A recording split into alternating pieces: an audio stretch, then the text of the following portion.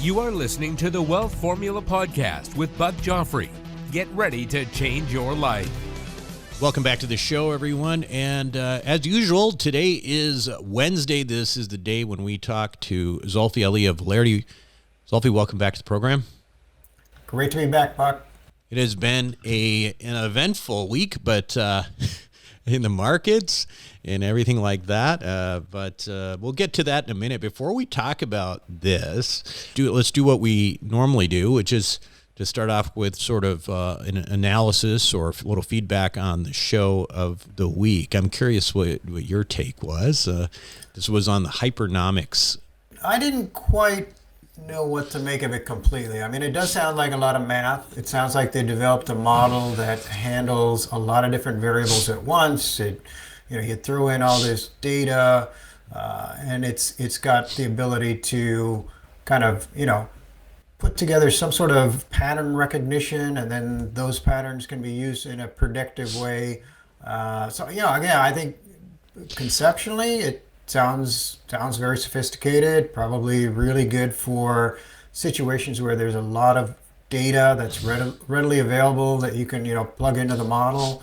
Stock market is probably a good candidate for that type of a model, right? Yeah. In fact, I'd guess every hedge fund and quant trading fund that's out there, they've got their own models, and they typically have a whole team that is dedicated to the model, right? They got to constantly tweak it and refine it and keep changing to the environment and stuff like that. So, I think this is something that could be helpful if you've got a team of analysts, but for the average investor, I don't know how practical it is, to be quite honest. Well, I'll tell you, I have a producer for that show, for this show, and my feedback was I just don't get it.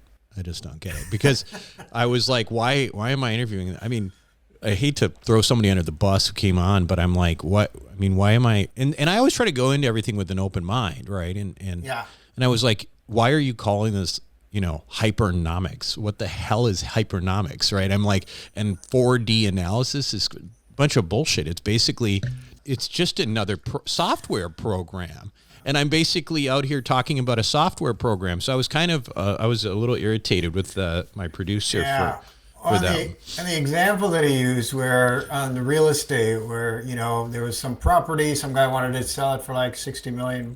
And, they did some very complex analyses and decided it was worth my guess is if you took a relatively simple analysis of comparable properties, on a $1 per square foot basis, you probably would have gotten to the same result. So, I get it. Yeah. But I would think those kinds of things are probably useful if you're like a hedge fund doing like day trading where, you're trying to like milliseconds and stuff where you need this kind of stuff. But I just feel like, some of these things are, I don't know, they seem kind of silly for an individual investor to be involved with. And I think it's just sounded like a little bit of a marketing thing, which irritating. But anyway, so listen, people know that sometimes so for the first time, I've revealed that I don't always like the content that I'm putting out there. But at least this is an opportunity to admit to that. And hopefully he's not listening. I'm sure he's not, but... He might be. He might be waiting. The software might be picking this up. So let's talk about the mess that we're in. So what's going on here? A lot. It seems like it's been an incredibly, volatile and data heavy week. We've seen a lot of the public markets in high volatility mode over the last week.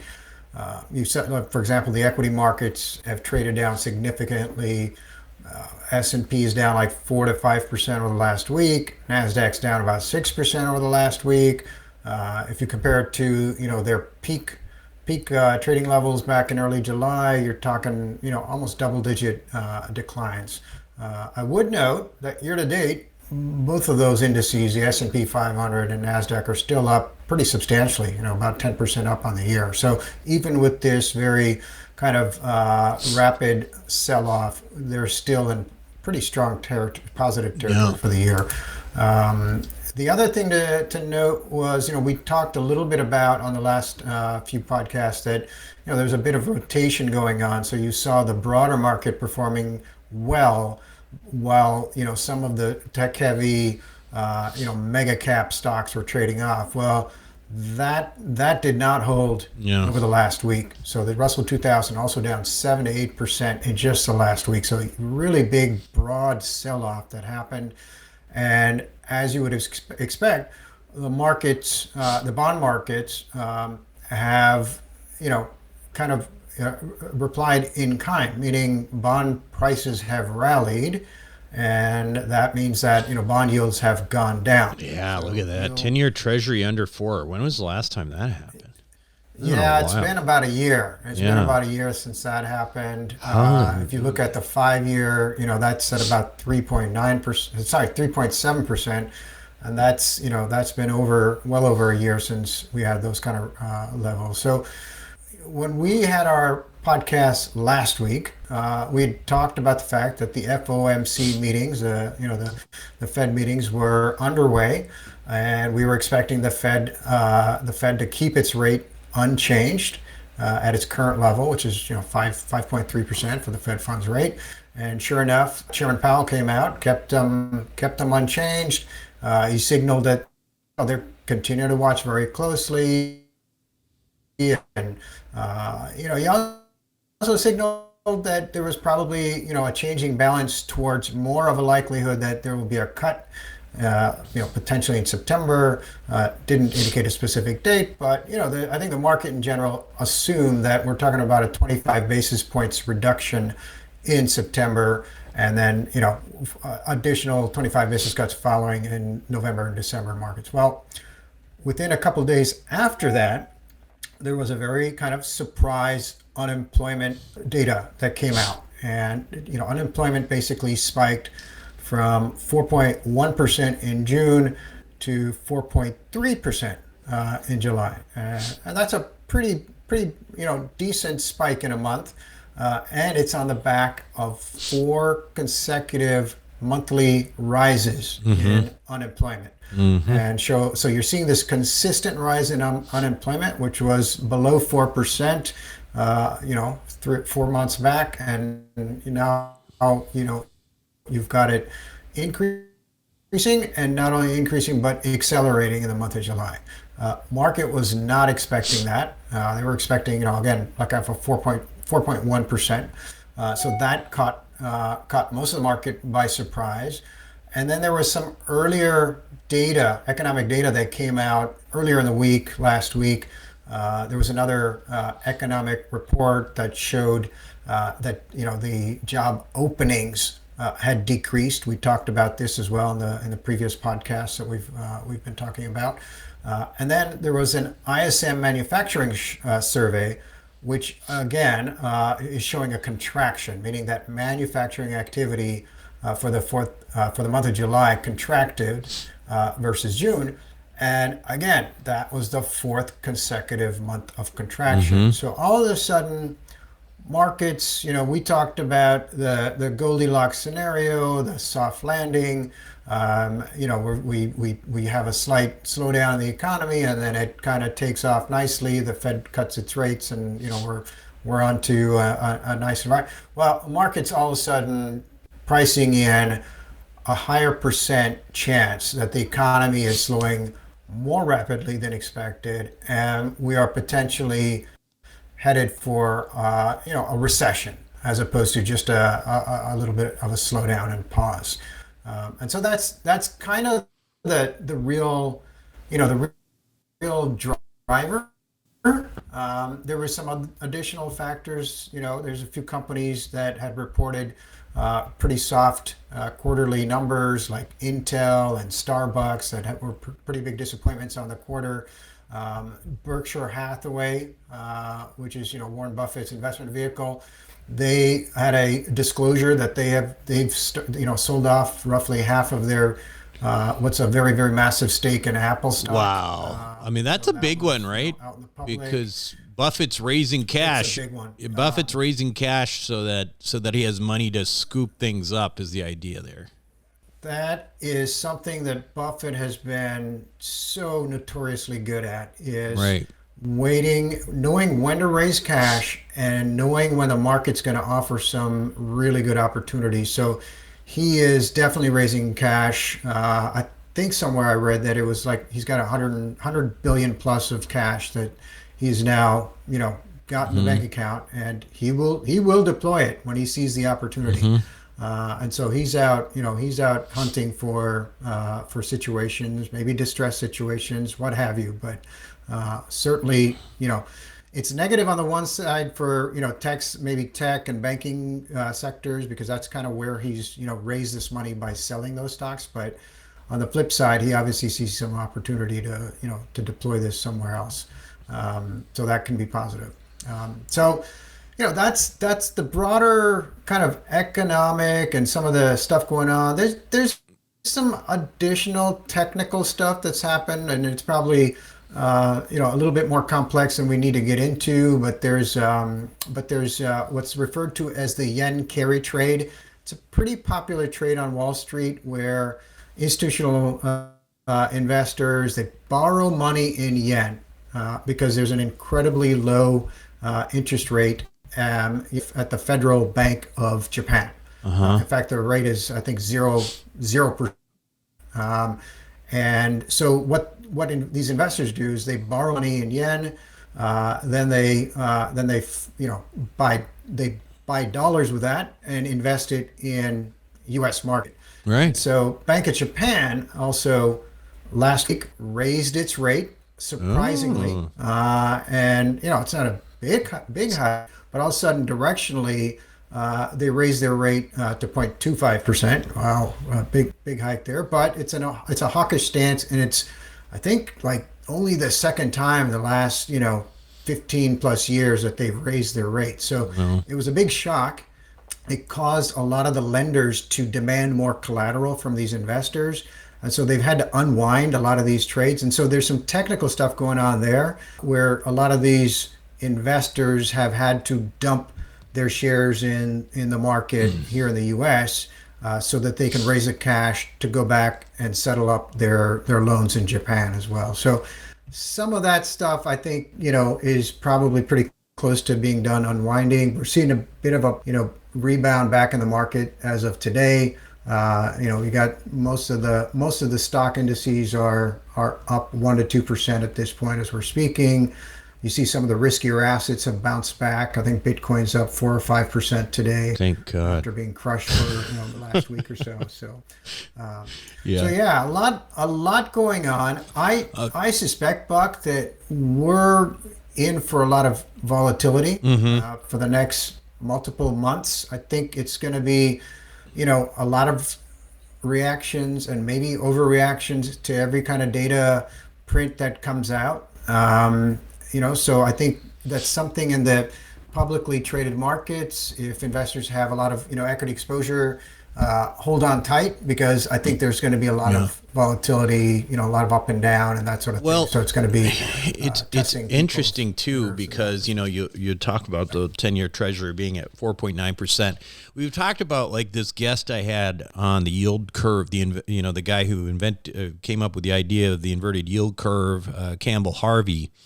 I've talked about this on a number of occasions, who pointed out that the CPI and PCE are so heavily, the inflation indicators are so heavily weighted by year over year rent, right? And so I was actually I follow him on LinkedIn, and he had a recent post. Yeah. And basically, it's going to get a lot worse, basically, because, again, even in this recent CPI, I think of 3, 75% of that was weighted for rent year over year. And the number they were using for rent was like almost still like 5.6% growth year over year. When if you look across the board at any of the big data, it's flat or negative. And so he said that even if rent was only going up, if rent was actually still at 2%, CPI would be under 2% already. So, and as you can imagine, if it's actually flat and it makes up 3/4 of that number, we're talking about a CPI of like 1. He's looking at this. Yeah, I mean, he's looking at this saying the Fed needs to do 50 basis points in September, not 25. So, yeah. Well, there's a lot of people now on the same page as him. I think at first there's lots of economists and market professionals that are saying that the Fed is already behind the curve now. Some people are calling for an inter-meeting, Fed reduction to rates. I don't know if that's likely, right, before the September FOMC meeting. I think that would send a pretty serious signal that, things are unwinding really, really fast. So hopefully the Fed doesn't see the need to do that. But certainly September, I think a lot of people are thinking now, maybe it's 50 basis points September, 50 basis points November, and then we'll see what December is, whether it's 25 or 50. The good thing here, as far as I'm concerned, is that if we are in a situation where the economy is cooling too fast, right, and we are kind of starting to point towards more of a recession, Fed has ammunition at this point, right? Because the Fed rate is at 5.3%. I remember, back, before COVID, there was some periods where we were about to head into recession. Fed rate was like at 0.5 or 1%. There wasn't much room for the Fed to do anything if we hit a recession. No gunpowder. Today, there's room. There's lots of room. Yeah. They could cut significantly. They can stop their quantitative tightening activities and put more liquidity back into the system. So there's, I think, good ammunition that they've got to take this economy into the right direction. Even if they're behind the curve now, they can quickly catch up. So I'm feeling pretty good about that.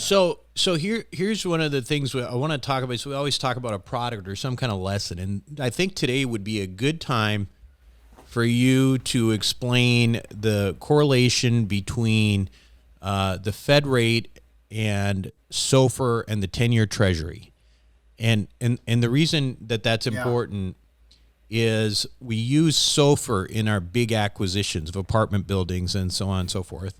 Usually people, when they're buying their homes, their mortgages are linked somewhere to the 10-year Treasury. So it helps to understand what mortgage rates for your own home are, but also the situation for like major acquisitions. Like, for example, one that we are presenting even within our investor club right now. So tell us the difference between those things. Yeah, absolutely. So SOFR, and as you mentioned, most of the the financing for acquisitions of properties, things like the multifamily units or even commercial properties, are the loans are based off of SOFR. So it'll be SOFR plus some margin. That'll be a floating rate, right? And SOFR is highly correlated to the Fed funds rate because it is effectively, a measure of the bank's willingness and to lend to each other, basically at the rate. And that's, the Fed fund rates tends to set that. So SOFR, if you look at right now, is also at 5.3%. Yes, right. So you've got, so there'll be a direct correlation when the Fed funds get cut. SOFR will also get reduced by a like amount. So you expect pretty much a like-for-like reduction in SOFR. So we do expect the Fed funds rate to get cut, and therefore SOFR will also. So I said the reason I wanted you to sort of go over that is because, in my view, we are in a particularly interesting window where you're looking at SOFR, right? And you know it's going to go down. We're headed down in declining interest rates. Yeah. And right now, any deal that is being purchased based on SOFR numbers where they are, and it's cash flowing and it's showing, good numbers, is going to have wind at its back because you're basically going into a declining interest rate environment. And when interest rates decline, cap rates compress. And so usually in any opportunity, obviously, like it's ideal. The ideal situation is you're not relying on those interest rates. But if you have wind at your back and you're buying on something that actually works at today's rates and you're not projecting rates to go down substantially, then if the numbers work, it's a really, really good time to buy. Yeah. Because basically, I mean, this is where generations of real estate investors have made tons of money, is by, buying stuff when rates were high and selling when they're low, because it's basically inversely correlated, right? The rates go down, the asset values go up.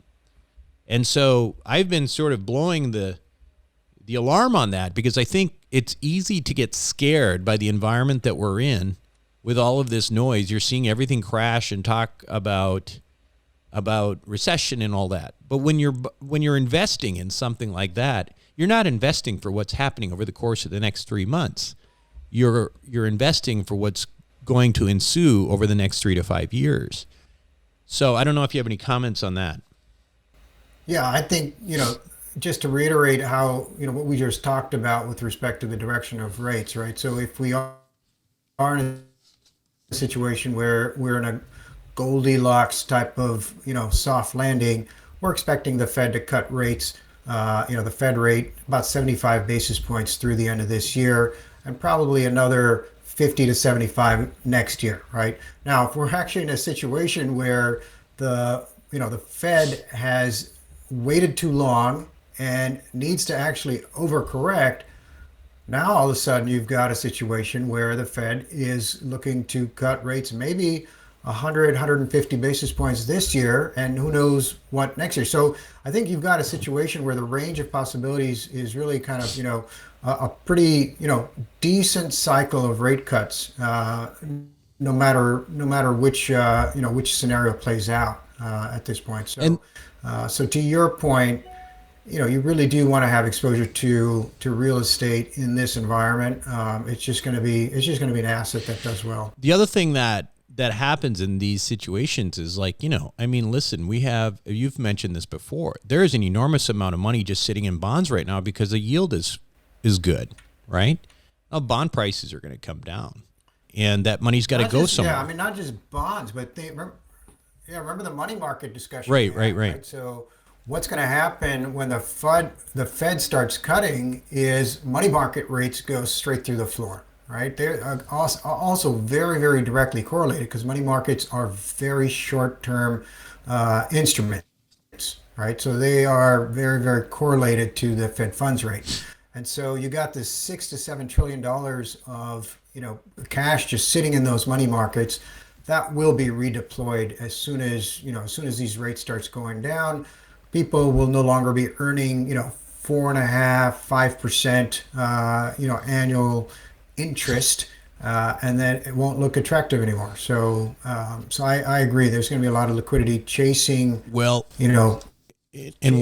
assets that are going to be well positioned. And right now, I mean, liquidity is one of the major issues in the multifamily real estate market. There's very little liquidity.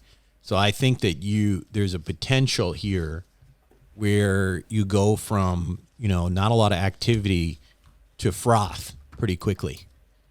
And so anyway, that again, I've been sort of blowing the horn on that one. Hopefully people are listening, and it is going back to Buffett. I mean, these are times when, if I was a stocks guy right now, I'd be buying. I mean, if I hadn't bought most of my cryptocurrency so cheap, these numbers would be looking phenomenal right now, right?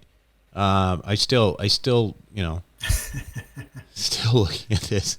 So, but yeah, I mean, I think these are the times when people ought to be buying, not being scared. I mean, if you got money to deploy it now, not when everybody else is wanting to deploy. So, all right, well, good. In fact, I think just last week, Buck, there was a deal announced. I think just last week or the week before, where KKR piled $10 billion into multifamily residential real estate. So it's, the liquidity is there, and it's not surprising that institutions are also seeing the same opportunity that we're talking about on the real estate side, and they're putting money into these assets as we speak.